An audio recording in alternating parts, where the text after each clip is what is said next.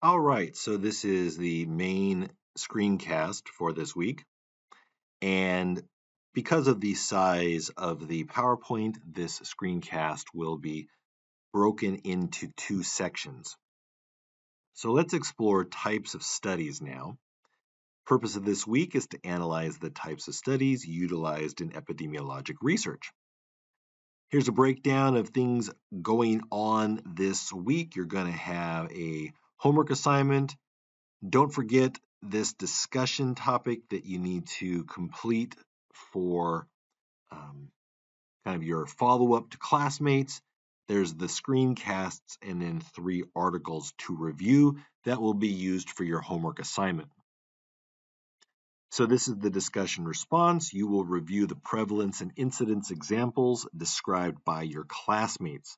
Next, you'll provide responses to a minimum of 2 of your fellow classmates. For each response, you will either ask questions that are directed toward further developing one's sample study topic, or identify and shared literature, like a reference, that is similar to the proposed topic. And so I've already started that process of reaching out to people and asking questions. Your homework will be due by Sunday, and it is on Canvas. Okay, so epidemiologic studies are classified as either observational or experimental. So there's kind of a breakdown there. We're going to explore those today. Under the spectrum of research, when we talk about experimental, we think about things like randomized controlled trials, single case designs, and quasi-experimental studies. Well, you can have definitely epi within the randomized controlled trial. We'll see an example of that, I think, at the end of this lecture, if I remember correctly. If not, next week. Under non-experimental, that's where we see the observational and descriptive epi.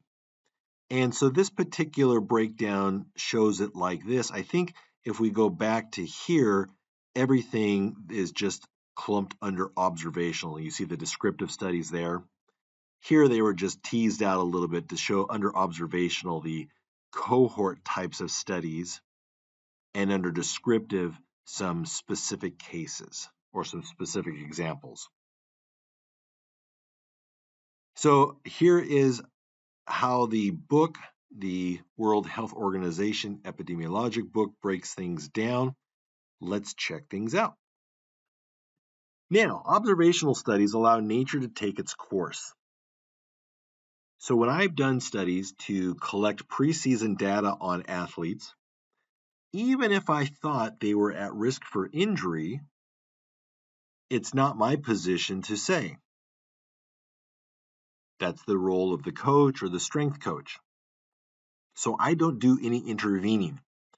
And the person running backwards here, that's an embedded video. I don't have the PowerPoint play mode going on as I do this, but if I did, you would see this individual trying to run backwards, but within a few seconds, wipes out and gets shot out the backside of the treadmill. We know running on a treadmill backwards is really a stupid thing to do, but doing epidemiologic research, you're just allowing nature to take its course and tracking the outcomes. Now, there's descriptive and there's analytical forms of observational studies. The descriptive is limited to a description of the occurrence of the disease of a population and is often the first step. Analytical analyzes the relationships between health status and other variables. So, with descriptive studies, again, limited to a description of the occurrence of a disease in a population, most studies are analytical. Often, descriptive statistics are found in analytical studies. For example, this is a paper by Hootman et al., the one that is shown here on this slide, looking at injuries in 15 sports in collegiate athletes. Shown in this paper is descriptive stats, showing the rates of injury, the rates per game based upon preseason, in-season, and postseason, the rates per practice for the same preseason, in-season, and postseason, and broken down by level of competition.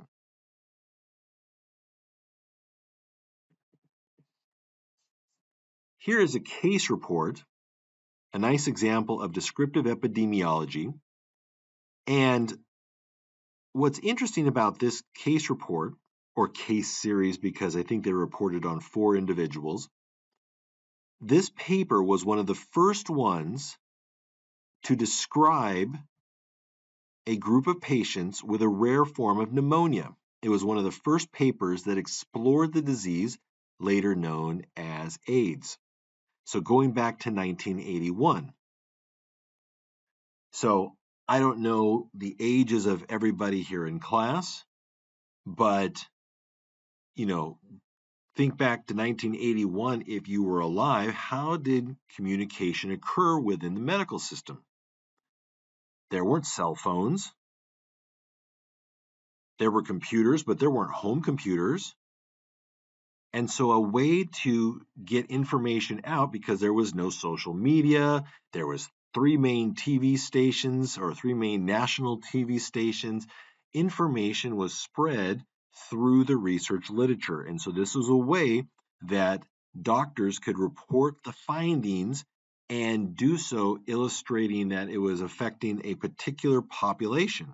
And so then that allowed them to kind of discover more and more. Now, they were identifying it in a particular population at the time, but later, obviously, realizing the mechanism of how the HIV virus could be transmitted, that it could be transmitted through any form of intimate sexual contact or through the sharing of needles. So any of those things that led to awareness of universal precautions.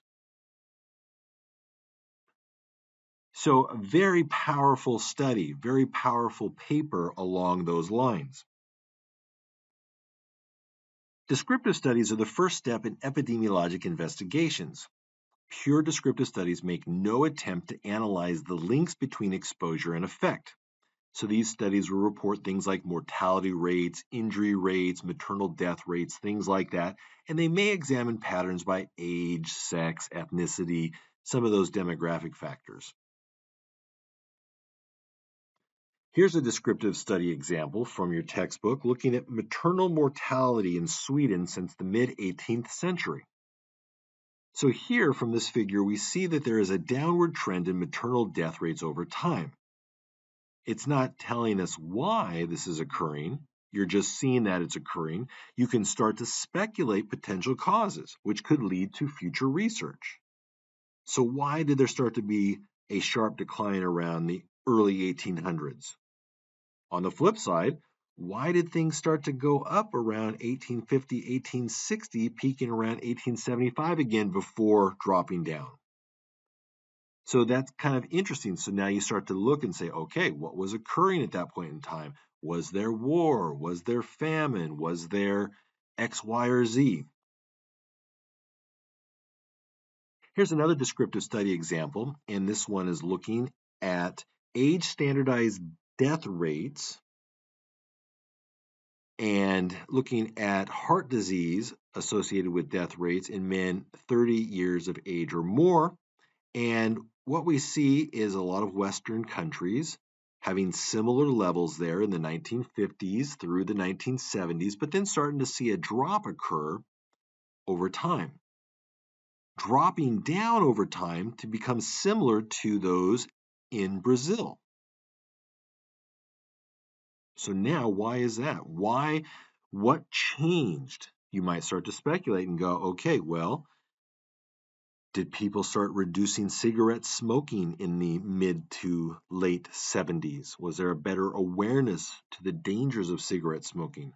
Was there changes in diet that occurred? Were we becoming more aware of certain things that we should and shouldn't be eating? On the flip side, it's interesting that the Russian Federation continued to stay high compared to the Western countries and did not decrease, but continued this kind of flat to upward trajectory.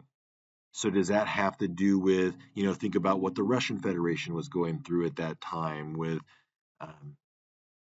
the stresses that they had because of their political changes? Was there less availability of healthy food choices?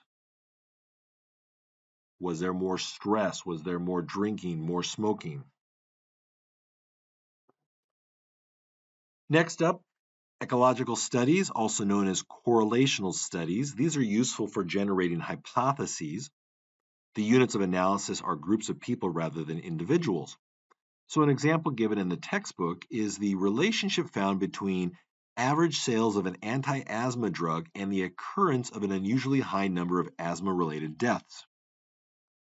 So you first look at that and go, wow, okay, so did the anti-asthma drug not work? Why were there so many asthma-related deaths that occurred? So it's correlational because you haven't figured out if there is a strong association there. You just see that there's a correlation. So you would need to test for that by controlling for potential confounders to exclude the possibility that other characteristics did not account for the relationship. So these types of ecological studies can also be done by comparing populations in different places at the same time or in a time series by comparing the same population in one place at different times.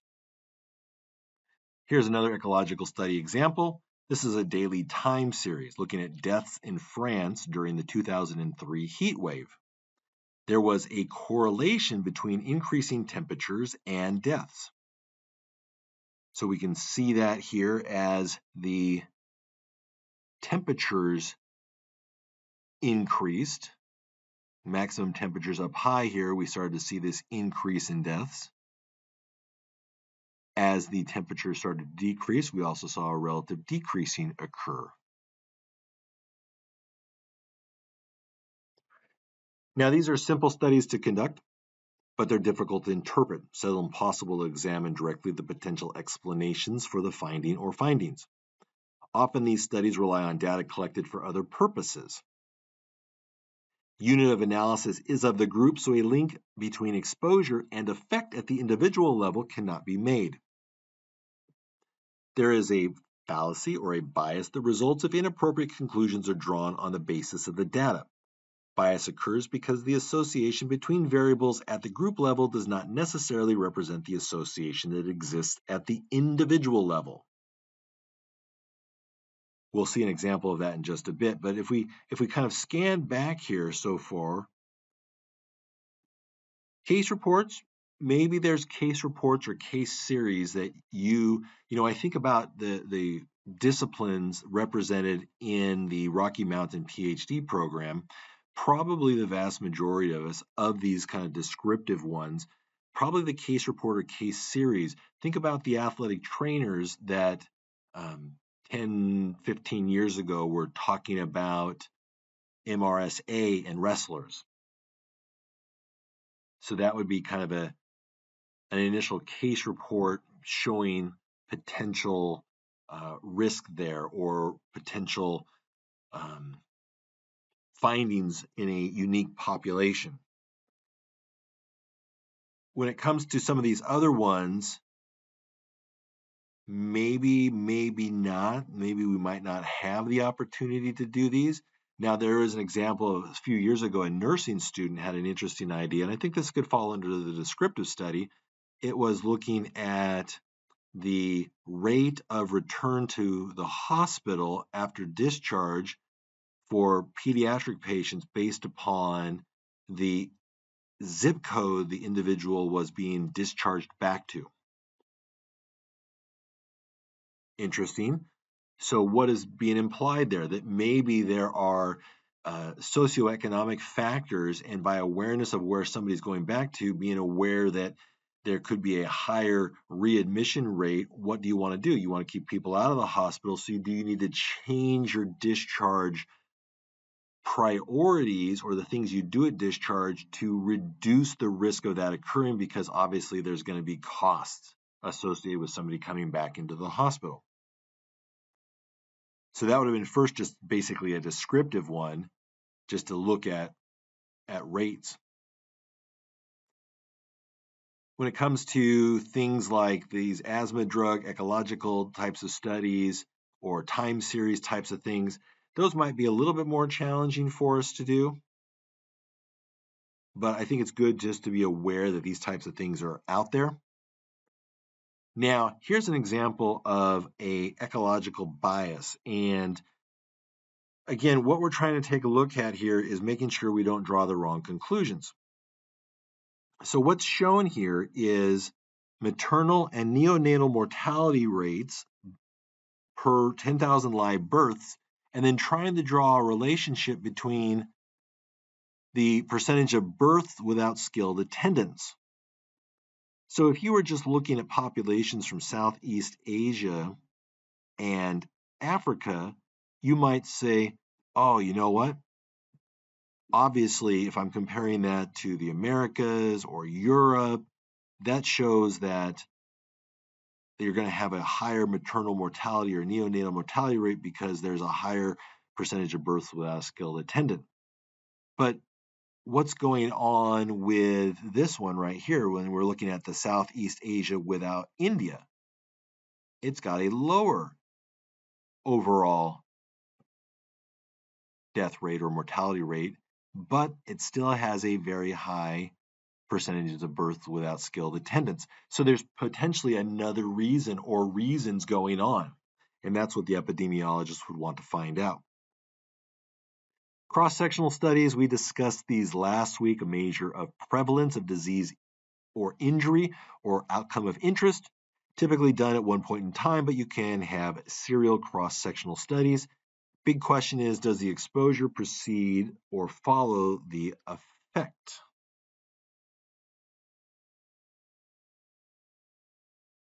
So what do I mean by that? Well, does the basketball player with patellar tendinopathy, jumper's knee, did they develop jumper's knee because of playing basketball and doing a lot of jumping? Or is the real reason that they are at a greater risk because they have the epigenetics that put them at a greater risk for kind of a failed healing response? So looking here, cross-sectional study, that example I gave previously of steroid use among baseball players, at one point in time, but over time, we can see a longitudinal cross-sectional analysis. Strengths and weaknesses of prevalence studies, they're important for planning health services.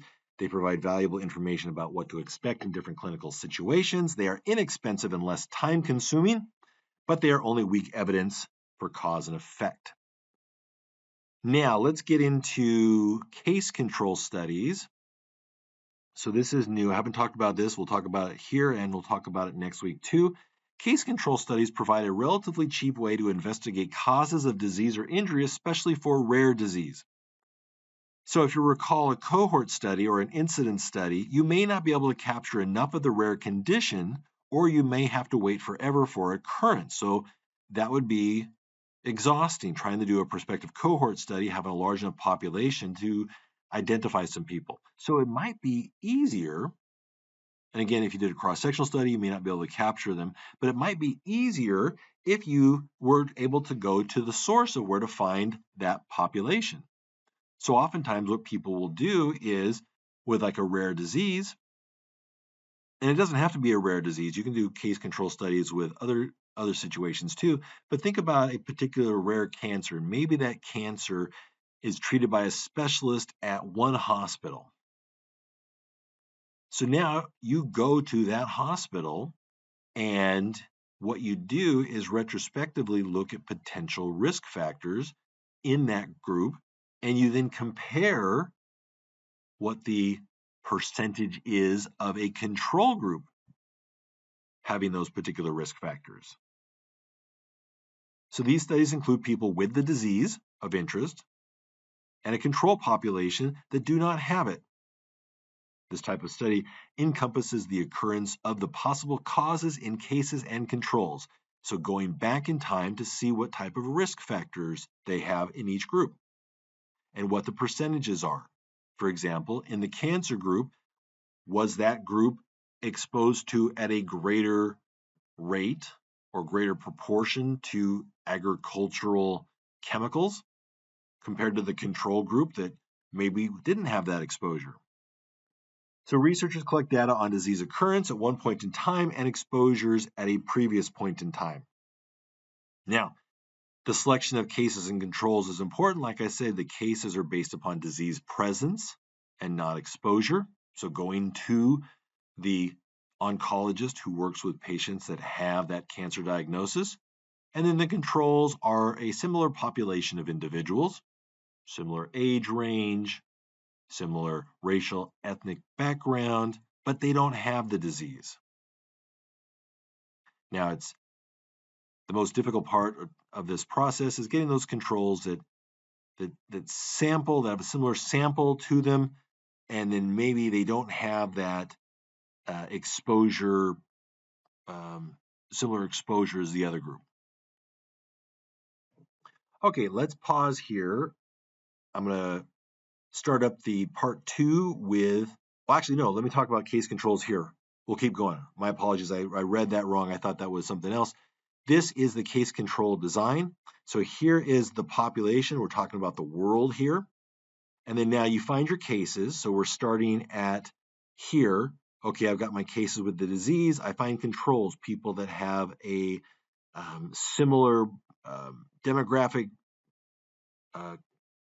characteristics as the cases, except what I want to see is, do the cases, have they been exposed to something? Like if we think like, oh, maybe there's a link between a particular chemical and that cancer, we want to go back and say, okay, what was your exposure to that chemical?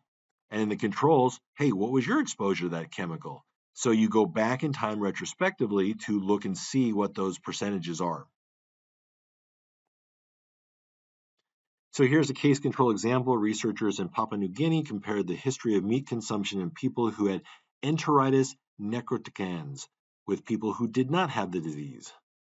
Proportionally more people who had the disease reported prior meat consumption than those who were not affected. So how did they find out this information? Well, they just had to interview people.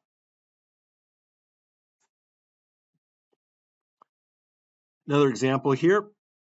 Case control study discovered the relationship between thalidomide and limb defects in babies born in Germany. The study compared affected children with normal children. Of the 46 mothers whose babies had a malformation, 41 had been given thalidomide during weeks 4 and 9 of their pregnancy. None of the 300 mothers in the control group had taken the drug. The accurate timing of the drug intake was crucial for determining the relative exposure. So that is a classic example there. All right, now we're going to pause the recording. When you're ready, move on to part 2.